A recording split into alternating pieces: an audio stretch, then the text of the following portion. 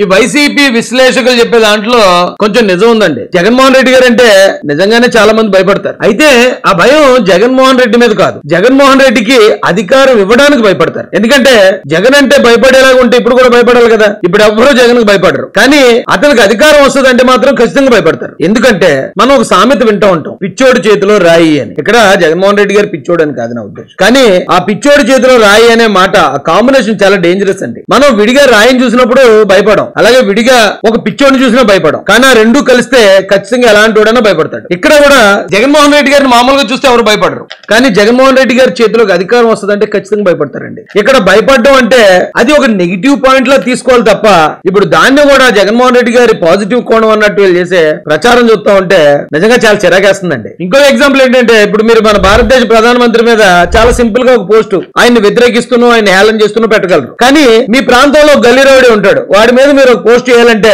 ఖచ్చితంగా భయపడతారు. ఎందుకంటే ఇక్కడ కూడా సేమ్ సినారియో, ప్రధానమంత్రి గారికి చాలా రూల్స్ అండ్ రెగ్యులేషన్స్ ఉంటాయి, కానీ మీ గల్లీ రౌడీకి ఏ రూల్స్ రెగ్యులేషన్స్ ఉండవు. సాయంత్రం 5 గంటలకు మందేసి మీ ఇళ్ళ మీద రాళ్ళు వేస్తాడు వచ్చి, అందుకు భయపడతారు. ఆ మాత్రానికే భారత ప్రధాని కన్నా ఒక గల్లీ రౌడీ గొప్పడైపోతాడా? ఇలా కంపేర్ చేసిన జగన్మోహన్ రెడ్డి గారిని గల్లీ రౌడీ అన్నాడు రాయేష్ అని అనుకోకండి, కానీ జగన్మోహన్ రెడ్డి గారి వెనకాతల చాలా నేర ఆరోపణలు ఉన్నాయి. ఆయన ఇంకా నిర్దోషిగా ఏ ఒక్క కేసులో కూడా ప్రూవ్ చేసుకోలేదు. ఆయన వెనక అక్రమాస్తుల కేసులు ఉన్నాయి, అవినీతి కేసులు ఉన్నాయి, అలాగే వివేకానంద రెడ్డి గారి హత్య కేసు కూడా ఖచ్చితంగా జగన్ గారి వైపు కూడా చాలా మంది విమర్శించే వాళ్ళు ఉన్నారు. ఈ ఆరోపణలు ఏట్లో కూడా ఆయన ఇంకా నిర్దోషిగా బయట పడలేదు. ఆయన నిర్దోషిగా బయట పడనంత కాలం కూడా ఖచ్చితంగా ఆ నేరాలు ఆయన నెత్తి మీద ఉన్నట్టే. కాబట్టి నేర చరిత్ర ఉన్న వాళ్ళు చూస్తే ప్రజలు భయపడతారండి. పైగా ఆ నేర చరిత్ర ఉన్న వాళ్ళ చేతికి అధికారం వస్తే అది ఇంకెంత డేంజరో తెలుసండి.